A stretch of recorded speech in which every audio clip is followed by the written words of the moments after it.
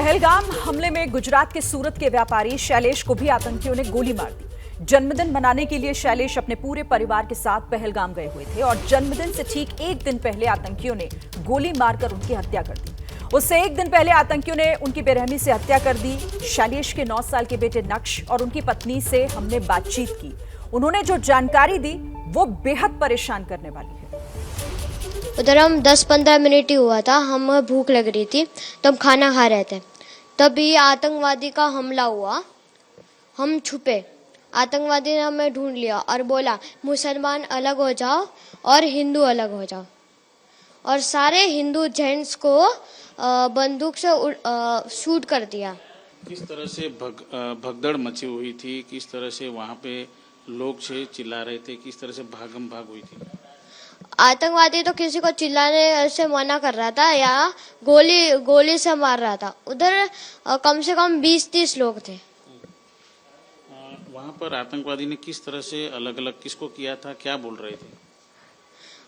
वो बोल रहे थे वो कलाम बोल रहे थे, और जो मुसलमान तो वो लैंग्वेज समझते हैं, उसने बोला मुसलमान 3 बार कलाम बोला और उन लोगों ने 3 बार मुसलमान बोला। फिर क्या किया? फिर जो हिंदू जेंट्स थे उन्हें शूट कर दिया गोली से।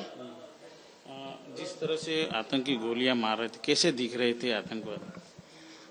आतंकवादी गोरे से थे, इधर वाइट टी शर्ट पहनी थी और नीचे ब्लैक जीन्स पहना था, दाढ़ी थी, ऊपर वो कैप थी मोमेडियन वाली और एक कैमरा था ऊपर सर पर। अच्छा, क्या बातें कर रहे थे वो लोग जब ये गोली मार रहे थे तब? वो बातें तो कुछ नहीं कर रहे थे, बस चुपचाप थे। जब आपके पिताजी को गोली लगी तब क्या वहाँ पर मम्मी जी कहाँ थे, किस तरह से आपको नीचे भेजा था? जब वो गोली मार के चले गए तब वो सिविल लोगों ने कहा था कि जो जिंदा है वो भागो, तो मैं तो घोड़े से भाग गया, मतलब घोड़े पे बिठा के, और मम्मी दीदी चल के आई नीचे। मम्मी ने किस तरह से आपको घोड़े पे बिठाया और कहाँ जाने को कहा था आपको? मम्मी ने घोड़े पे बिठाया और बोला नीचे जा और हमारा इंतजार कर। क्या कहना चाहोगे, आतंकवादी इस तरह से घटना को अंजाम दे रहे, किस तरह की सजा देनी चाहिए? कोई क्या धर्म होता है आतंकवादी का? मेरे लिए तो मौत की सजा देनी चाहिए, उनमें तो कोई धर्म ही नहीं होता।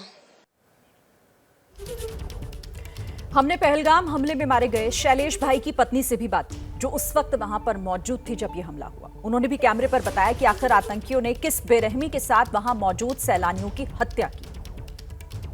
जम्मू कश्मीर में आतंकी हमले में शैलेश कड़थिया नाम के व्यक्ति की मौत हुई थी। जो व्यक्ति सूरत का था, उनकी धर्मपत्नी हमारे साथ मौजूद है, उनसे बातचीत करेंगे।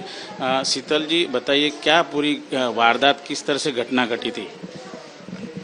हम उस टाइम नीचे कार पार्क करके घोड़े पौनी से ऊपर गए, और ऊपर जैसे ही अंदर एंटर हुए, हम 10 से 15 मिनट का टाइम लगा था, बैठे थे और बच्चों को भूख लगी थी तो नाश्ता करने मैगी वगैरह कुछ खा रहे थे।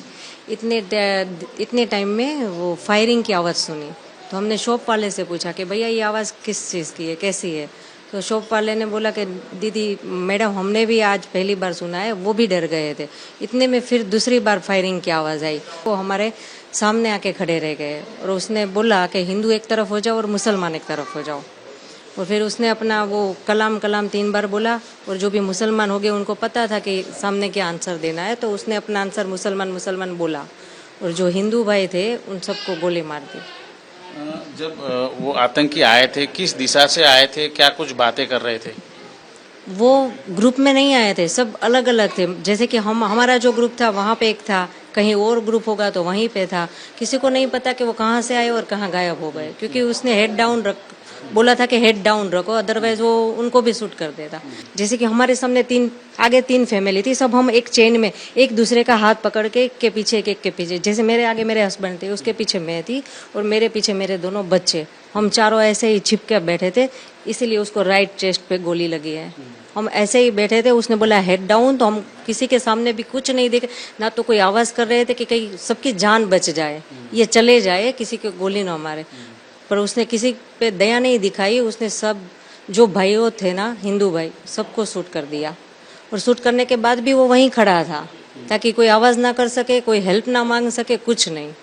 उसके 2-3 मिनट बाद वो वहाँ से चला गया। फिर जो लोकल शॉप वाले थे, 2-3 अंकल, उन लोगों ने हमें बोला कि आप अपने बच्चों की जान बचा के उनको लेकर जाओ नीचे, ये लोग कभी भी वापस आ सकते हैं। तो हम बच्चों को लेकर उसकी जान बचाने के लिए फिर हम नीचे भागे। जैसे कि मेरे हस्बैंड थे, हमें उनको वहीं पे छोड़ना पड़ा। किस तरह की मानसिकता लगती थी आतंकियों की? धर्म पूछ के नहीं लगता था, वो उसको ना एंजॉय कर रहे थे बस, मतलब कुछ मैसेज देना चाहते हो कि शायद कि हम कुछ भी कर सकते हैं।